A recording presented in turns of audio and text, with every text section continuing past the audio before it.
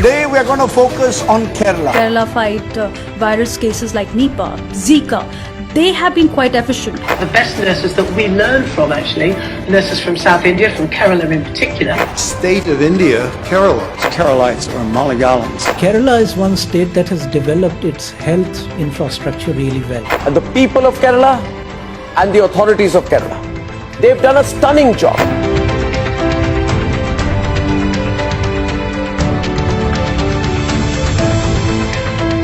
The concept of the Kerala model in fighting COVID is gaining acceptance all over the world. Even as others stand observing with awe and admiration, the health workers of Kerala are busy exploring newer avenues in the sphere of COVID prevention care.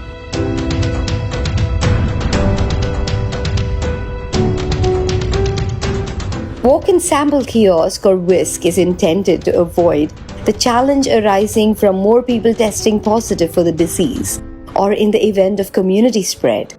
Collecting samples within 2 minutes' time is its main highlight. Apart from ensuring that the doctor and patient will not come in contact with each other, this arrangement helps to speed up the tests. This is the first time in India that such a facility has been set up for COVID prevention activities.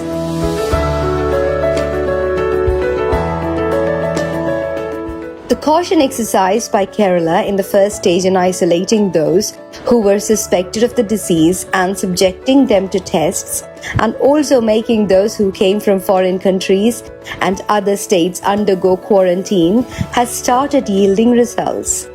The number of people infected by the disease in Kerala has come down considerably. If the number of virus infected showed a daily increase of 40% earlier, it has now come to 2%. Also, the number of people under observation is coming down. The reason behind this are the measures taken by the Kerala government in bringing the situation under control.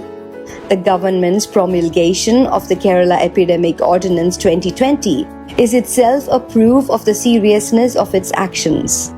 Route maps of the patients were prepared and more people who came in contact with them were identified through it. Mobile applications and digital technologies were utilized for this purpose.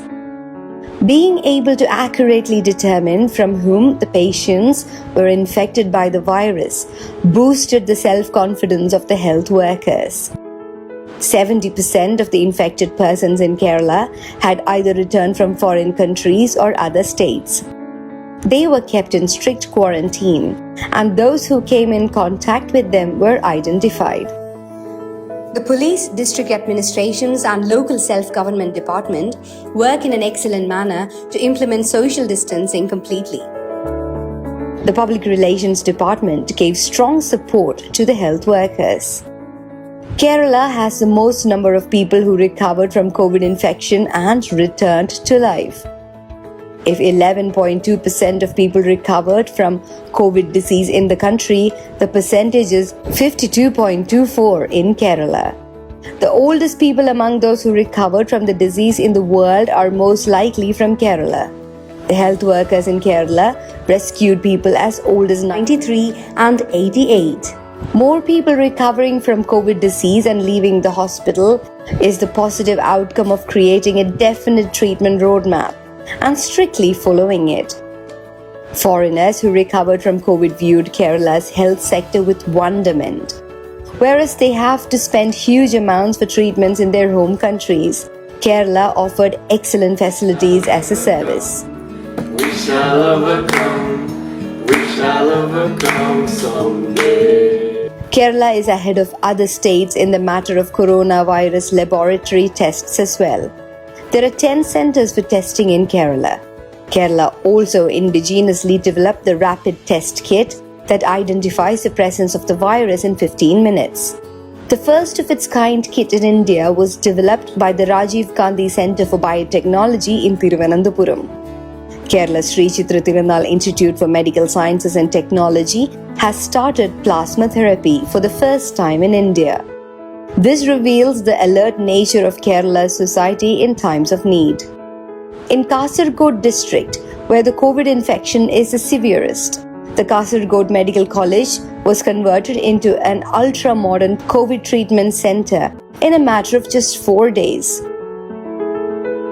Apart from this, the construction of a special COVID hospital was started in Kasaragod district by the Tata Company at the request of the government. The government is taking great care to ensure that the life of people in the state is not seriously affected by this crisis phase in the field of health. It has been a huge relief to the people that the Civil Supplies Department is making available food grains and provision kits through ration shops. Over 1,400 Kudumbashree Janakya hotels and community kitchens across the state have been providing lunch for free and at ₹20 for those who can afford it. Telemedicine facility was started to provide relief to other patients who faced a crisis due to COVID. Police and fire and rescue departments have come forward to deliver medicines to those who need it. Food and accommodation were arranged for guest workers as per their needs. Over 18,000 camps have been set up for guest workers in Kerala. In addition to all these, Kerala intervenes with online counseling, help desk, and telemedicine facilities to ensure the welfare of expatriate Malayalis spread all over the world. Even as the situation improves, the state of Kerala is in no mood to let its guard down. The timely acts and focused intervention through a balanced mix of scientific and creative approach in fighting COVID made the world to take serious note of the small Indian state. Now, your state at one stage had recorded the most number of cases in the state. And how challenging was the situation for your government to fight this menace? We have been alert about COVID-19 right from the very beginning, since the latter half of January. Do you have enough supplies? It's a question that is being asked everywhere. We are well equipped to deal with the situation. We have enough stocks of food grains and essential commodities that is enough and more for more than 3 months.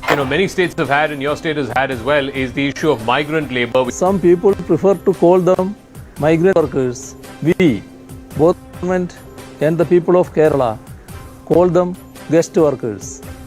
What gets reflected in it is our concern for them. What Kerala thinks today, India thinks tomorrow. And one of the things that you've been pushing for is aggressive testing. Tests in Kerala is happening at a rate which is unmatched by any other state. In a health emergency like this, we feel that this should be expedited. What's your message to all of our viewers here at Republic TV and everybody watching this broadcast on the steps we must now take going ahead? We appeal to Keralites around the world to strictly adhere to the instructions being issued by their respective governments and to follow the guidelines issued by WHO from time to time.